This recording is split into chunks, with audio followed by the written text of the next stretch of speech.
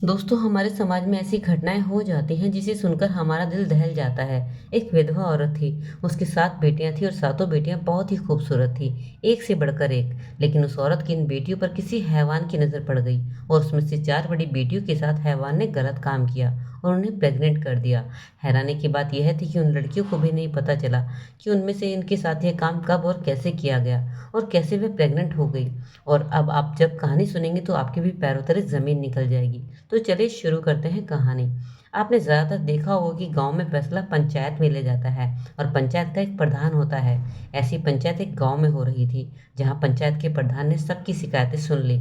उसके बाद एक बूढ़ी औरत का नंबर आया। जब पंचायत के प्रधान ने उस बूढ़ी औरत की तरफ नज़र डाली तो देखा वह बहुत कुछ परेशान सी थी। उस प्रधान ने उस औरत से पूछा कि बताओ तुम्हारी क्या समस्या है। यह सुनते ही बूढ़ी औरत घबरा गई और सोचने लगी कि वह उन्हें अपनी परेशानी कैसे बताए। इसी घबराहट में वह चारों तरफ देख रही थी पर बोल नहीं पा रही थी। प्रधान उस बूढ़ी औरत से दूसरी बार पूछता है कि बताओ तुम क्या फरियाद लेकर इस पंचायत में आई हो। इस पर भी बूढ़ी औरत चुप रहती है और कुछ नहीं कहती। प्रधान को हैरानी होती है। वह फिर से तीसरी बार उस बुढ़िया से पूछता है बताओ तुम यहाँ कौन सी परेशानी लेकर आई हो। तब वह बूढ़ी औरत अपनी चुप्पी तोड़ती है और कहती है जो परेशानी मैं तुम्हें बताना चाहती हूँ मैं तुम्हें सबके सामने नहीं बता सकती। वह बूढ़ी औरत कहती है कि मैं एक विधवा हूँ और मेरा कोई बेटा भी नहीं है। मेरी सिर्फ 7 बेटियां हैं और अगर मैं अपनी परेशानी सबके सामने बताती हूँ तो मुझे डर है कि इस बात से मेरी बेटे को कोई नुकसान ना हो या मेरे घर को कोई नुकसान ना हो। प्रधान को बड़ी हैरानी होती है। वह सोचता है सभी लोग तो आकर अपनी परेशानी सबके सामने सुना रहे हैं, फिर ऐसी क्या बात है जो ये बूढ़ी औरत अपनी परेशानी सबके सामने नहीं बताना चाहती। वह बूढ़ी औरत से कहता है कि आप चाहें तो यहाँ पर सब कुछ बता सकती हैं। यहाँ पर भी सभी भरोसे के आदमी हैं। यहाँ आपको कोई खतरा नहीं है और आप भी अपनी परेशानी बता सकती हैं। लेकिन वह बूढ़ी औरत नहीं मानती और कहती है नहीं, यह बात आपको सबके सामने नहीं बता सकती। प्रधान उसकी बात मान लेता है और सभी लोगों को इशारा करता है कि मैं इसकी बात सुनकर अभी आता हूँ, और वह अंदर कमरे में चला जाता है। उसके बाद बाहर बैठे लोग उस बुढ़िया औरत को इशारा करते हैं कि आप जाइए, अंदर जाइए और अपनी समस्या वहां जाकर रख दीजिए। वह बूढ़ी औरत एक नज़र चारों तरफ घुमाती है और फिर एक नज़र झुकाए उस कमरे की तरफ चली जाती है जहाँ प्रधान उसका इंतजार कर रहा होता है। वह बूढ़ी औरत कमरे में जाती है और खड़ी हो जाती है। प्रधान उससे कहता है कि बताओ तुम्हें क्या परेशानी है, अब तुम बेझिझक अपनी परेशानी बता सकती हो। वह बूढ़ी औरत उस प्रधान के पैरों में गिर जाती है और गिड़गिड़ाने लगती है, रोने लगती है। यह देखकर प्रधान हैरान हो जाता है और कहता है उठो, ऐसी भी क्या बात है जो तुम इतना रो रही हो। तुम भी यहाँ पर जो चाहे कह सकती हो। तुम्हारी रोना देखकर मुझसे सहन नहीं हो पा रहा। अब जल्दी बताओ फिर तुम्हारी समस्या क्या है। मैं तुम्हारी समस्या का समाधान करने की पूरी पूरी कोशिश करूंगा, और अगर मैं तुम्हारी समस्या का समाधान नहीं कर पाया तो ये मेरा इस पंचायत में रहना बेकार है। मैं चाहता हूँ इस गांव के सभी लोगों की समस्या आसानी से हल हो और कोई भी इंसान इस गांव में दुखी ना हो और ना ही किसी पर कोई किसी प्रकार का जुल्म हो। तो दिल खोलकर अपनी समस्या मुझे बताओ। तब वह बूढ़ी औरत कहती है कि मैं एक विधवा औरत हूँ और मेरे पति को गुजरे बहुत साल हो चुके हैं। मेरे 7 बेटियां हैं और मैं अमीर घरों में काम करके अपने घर का खर्चा जैसे तैसे चलाती हूँ, और जो भी कुछ वहां से बचा मुझे मिलता है खाने के लिए मैं अपने घर लेकर अपनी बेटियों का पेट भरती हूँ। मुझे किसी से कोई शिकायत नहीं है। मेरे 7 बेटियां हैं और सातों की सातों बड़ी नेक हैं और बड़ी शरीफ हैं। सर से दुपट्टा तक वह नहीं उतरने देती हैं। यहाँ तक कि मेरी बेटियां कभी अकेले बाहर भी नहीं जाती हैं। बाजार भी जाना हो तो हमेशा मेरे साथ ही जाती हैं। यह बात 1 साल पहले की है। मेरी बड़ी बेटी की तबीयत खराब हो गई थी। तब मैं उसे डॉक्टर के पास दिखाने के लिए ले गई। डॉक्टर ने बताया कि तुम्हारी बेटी प्रेग्नेंट है। यह सुनकर तो मेरे पैरों तले जमीन निकल गई थी। मुझे बहुत तेज गुस्सा आ रहा था कि ना जाने मेरी बेटी ने किसके साथ मुंह काला किया था। मैं तुरंत अपनी बेटी को लेकर घर आई और उसे खूब मारा और डांटा और पूछा कि इसका किसका पाप है। इस पर मेरी बेटी बहुत ज्यादा रोने लगी और कहने लगी, माँ मुझे कुछ नहीं पता कि बच्चा मेरे पेट में कैसे आया। मैं तो आज तक घर से बाहर भी नहीं जाती हूँ, सिर्फ आपके साथ ही जाती हूँ। इसमें मेरा कोई दोष नहीं है। मैंने अपनी बेटी को जन्म दिया था और मैं जानती थी कि वह सच कह रही है, लेकिन मैं भी हैरान थी कि आखिर ऐसा कैसे हो सकता है। लेकिन जब मेरी बेटी इतना रोने लगी तो मुझे अपनी बेटी की बातों पर यकीन करना पड़ा। इतना समय गुजर चुका था कि हम उसको कुछ कर भी नहीं सकते थे, इसलिए मुझे उस बेटी की देख रेख करनी पड़ी। और कुछ दिनों बाद उसने एक बेटे को जन्म दिया। मेरे पति नहीं है, मैंने ना ही मेरा बेटा है।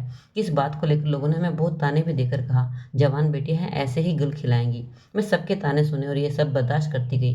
लेकिन इसी तरह फिर से कुछ दिन बाद मेरी छोटी बेटी की भी तबीयत खराब हुई, और जब मैं उसे डॉक्टर के पास लेकर गई तो डॉक्टर ने फिर से मुझे वही कहानी सुनाई जो उसने मेरी पहली बेटी के टाइम पर सुनाई थी कि तुम्हारी बेटी प्रेग्नेंट है। मैं तो हैरान थी, मेरे सर पर आसमान टूट पड़ा था कि आखिर ऐसा कैसे हो सकता है और ये क्या हो रहा है। मैं हैरान थी, मेरी बेटियां कभी बाहर नहीं जाती, ना ही हमारे घर में किसी लड़के का आना जाना था। फिर ये सब कैसे हो रहा था। अब मुझे कुछ कुछ यकीन हो रहा था कि कुछ ऐसा है जो मुझे नहीं मालूम है और चुपचाप हो रहा है। मैंने अपनी दूसरी बेटी का जैसे तैसे करके किसी दूसरे गांव में ले जाकर एक दाई से उसको दवाई दिलाकर उसके बच्चे को गिरवाया था कि गांव में मेरी बदनामी ना हो। लेकिन मैं अभी इस मुसीबत से निकली ही थी कि अचानक तभी यही हालात मेरी तीसरी बेटी के साथ भी हुए और इस तरह से मेरी तीसरी बेटी भी प्रेग्नेंट हो गई। मेरे सिर पर तो जैसे आसमान टूट पड़ा था।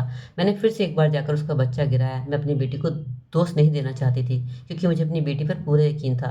जो कुछ भी हो रहा था मेरी नज़रों से और मेरी समझ से परे था।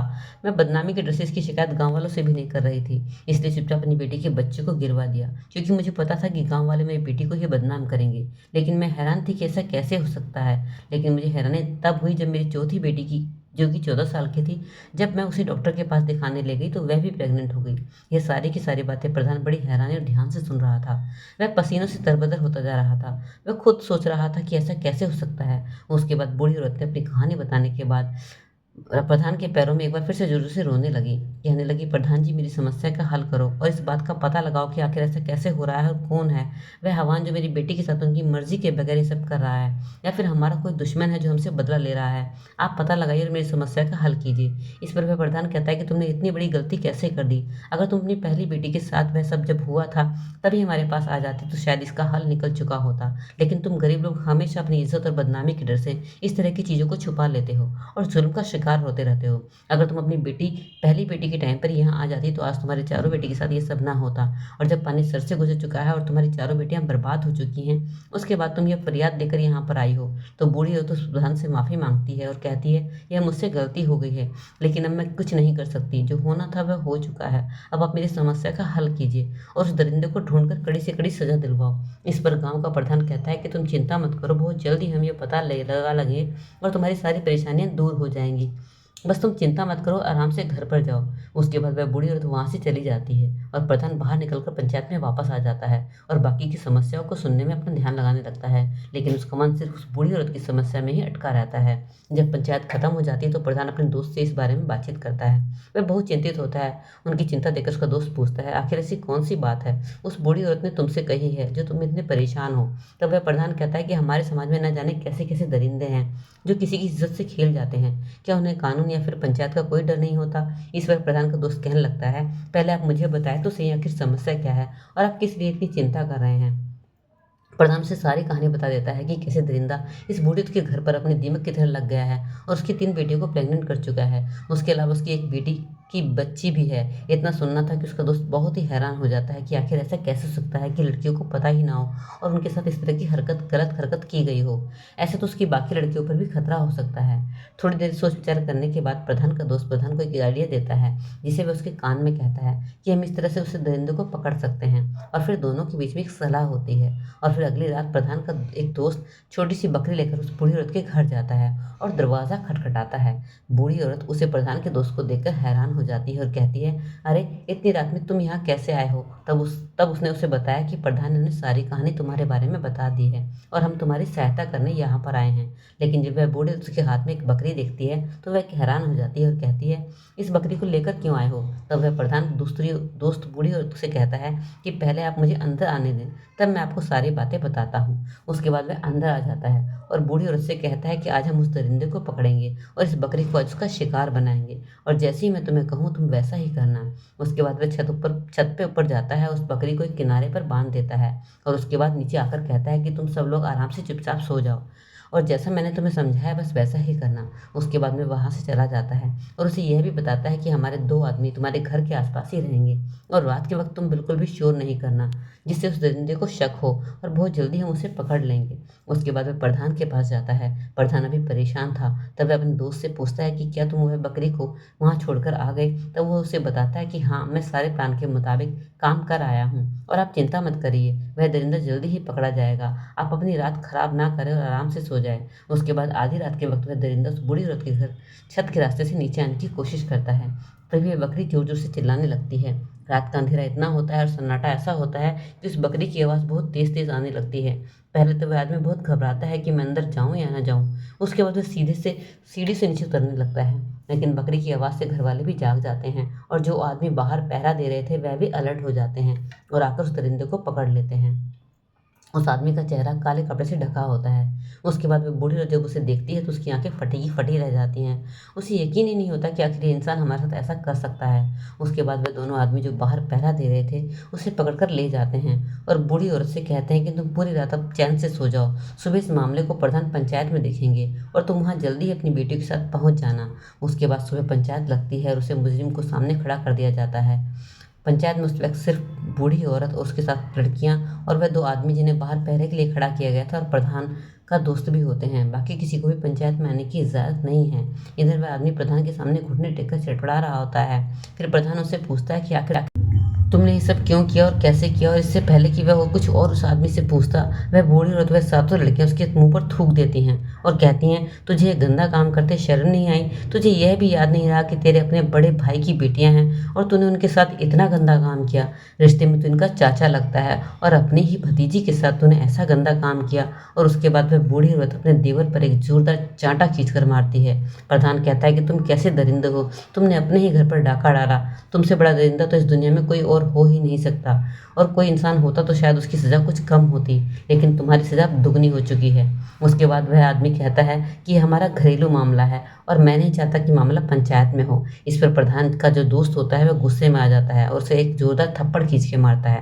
कहता है, एक तो गलती करता है, ऊपर से इसे घर का मामला बताता है। यह एक समाज का मामला है और तुझ जैसे दरिंदे के लिए समाज में कोई जगह नहीं है। तब वह बूढ़ी औरत उस औरत का देवर बहुत ही ज़्यादा डर जाता है और पूरी कहानी बयां करने लगता है। तभी आदमी कहने लगता है कि मैं अपने बड़े भाई से बहुत प्यार किया करता था और मेरा बड़ा भाई भी मुझे बहुत प्यार किया करता था, लेकिन जब से उसकी शादी हुई थी और उसकी ये लड़कियां हो गई थी, तब से उसने मेरी तरफ ध्यान देना बिल्कुल बंद कर दिया था। वह सिर्फ अपनी बीवी और बच्चों में ज़्यादा ध्यान लगा रहता था। लेकिन कुछ समय बाद मेरे भाई का देहांत हो गया, तो उसके बाद मेरी भी शादी हो गई। लेकिन मुझे भाभी के साथ साथ अपनी भतीजी से भी नफरत होने लगी थी। लेकिन जैसे ही लड़कियां जवान हुई, मैं उनकी जवानी देखकर पागल सा हो गया और मैंने भाभी से कहा कि तुम इतनी जल्दी शादी कर दो। लेकिन भाभी थी कि उनकी शादी करने को तैयार नहीं थी और मेरी नीयत दिन ब दिन खराब होती जा रही थी। मैं अपने आप पर कंट्रोल करने की बहुत कोशिश कर रहा था, लेकिन लड़की की खूबसूरती मेरे ऊपर हावी होती जा रही थी। मेरे अंदर का शैतान जागने लगा था और मैं फिर इस घिनौनी हरकत को अंजाम देने के लिए एक वैद्य के पास गया और उससे एक नशे की दवाई ली। और उसके बाद फिर एक दिन मैं भाभी के घर छत के रास्ते से गया। आधी रात का समय था। मैंने जाते ही सबसे पहले दवाई उन लोगों को सूंघा दी। उसके बाद मैंने अपनी बड़ी भतीजी के साथ सबसे पहले एक घिनौनी हरकत की। मुझे बहुत मज़ा आ रहा था और किसी को भी कुछ नहीं पता चल रहा था कि आखिर घर में हो क्या रहा है। उसके बाद जब मैंने अपनी हवस पूरी कर ली, तब मैं शांत हो गया। उसके बाद मैं घर का माहौल जैसे था वैसे ही कर दिया। उस लड़की को अच्छे तरीके से इस हालत में कर दिया जैसे कि कुछ हुआ ही ना हो, ताकि अगर वह सुबह उठे तो उसे एहसास ही ना हो कि मेरे साथ कुछ ऐसा भी हुआ है। और उसके बाद जब मैं पहली बार इस काम में कामयाब हो गया, तो मेरी तो लालसा बढ़ने लगी। अब मैं चाहता था कि मैं सभी लड़कियों के साथ एक एक करके ऐसा कर दूं। और उसके बाद मैंने कई सालों तक उन चारों बहनों के साथ यही हरकत की और उन्हें प्रेग्नेंट कर दिया। अब मेरा चौथा शिकार उनकी पांचवी बेटी होने वाली थी। लेकिन तभी मेरी भाभी ने तुम्हारे पास आकर शिकायत कर दी और तुमने मेरे लिए एक जाल बिछा दिया। काश मैं उस बकरी के बोलने से पहले ही वापस चला जाता। मैं आज पकड़ा नहीं जाता। लेकिन मुझे नहीं पता था कि वह बकरी मेरे लिए एक जाल बनाकर बिछाई गई थी। मैंने तो अपने मन में यही सोचा था कि शायद भाभी ने एक बकरी पाली है और उसे घर में रख लिया है। इतना सुनना था कि इस बूढ़ी औरत ने प्रधान से कहा कि मैं 1 मिनट इस इंसान से बहुत करीब से बात करना चाहती हूँ। तब प्रधान ने कहा कि कहो, क्या कहना चाहती है? तो वह बूढ़ी औरत उसके करीब आई और जैसे उसके करीब आई, उसने अपने कपड़े से एक तेज धारदार चाकू निकाला और उसकी गर्दन पर तेज वार कर दिया, जिससे वह आदमी वहीं पर बदहवास होकर गिर पड़ा और उसकी गर्दन से खून की धारा बहने लगी। यह देखकर सभी चौंक गए। वह बूढ़ी औरत कहने लगी कि किसी भी सजा का पात्र नहीं है, इसे इस दुनिया में रहने का कोई हक नहीं है। इसने अपनी बेटी की इज्जत पर हाथ डाला है। इस दरिंदगी के लिए इससे ज़्यादा सजा कुछ और नहीं हो सकती। इसके लिए चाहे कुछ मुझे जेल भी हो जाए तो मैं मंजूर कर लूँगी। वह बूढ़ी औरत पहले से ही अपने पास एक चाकू छुपा कर लाई थी, क्योंकि पूरी रात उसे चैन नहीं आया था। वह सोच सोच के पागल हो जा रही थी कि एक बाप समान चाचा इतनी घिनौनी हरकत कैसे कर सकता है, वह भी एक बार नहीं पूरे 4-4 बार, और मेरी 4-4 लड़कियों की ज़िंदगी खराब कर सकता है। इसलिए ये सब पहले से ही वह सोच कर आई थी कि उसे इस बात को अंजाम देना है, और उसने दे दिया। उसके बाद ये सारा मामला पुलिस में गया, तो उसके बाद उस बूढ़ी औरत को कोई सज़ा नहीं सुनाई गई, क्योंकि उस आदमी की सज़ा उस बूढ़ी औरत को दी जाने वाली सज़ा से बहुत कम थी। उसके बाद पंचायत में भी ये फैसला सुनाया गया और उसकी 4 लड़कियों की शादी एक अच्छे घर में कर दी गई और प्रधान ने उसकी 3 बेटियों की भी जिम्मेदारी ली और कहा कि जैसे ही लड़कियां जवान होती हैं, मैं इनके रिश्ते की भी अच्छे घर में कर दूंगा। पर इस तरह पंचायत में बूढ़े के साथ एक बहुत ही न्यायपूर्ण फैसला लिया गया।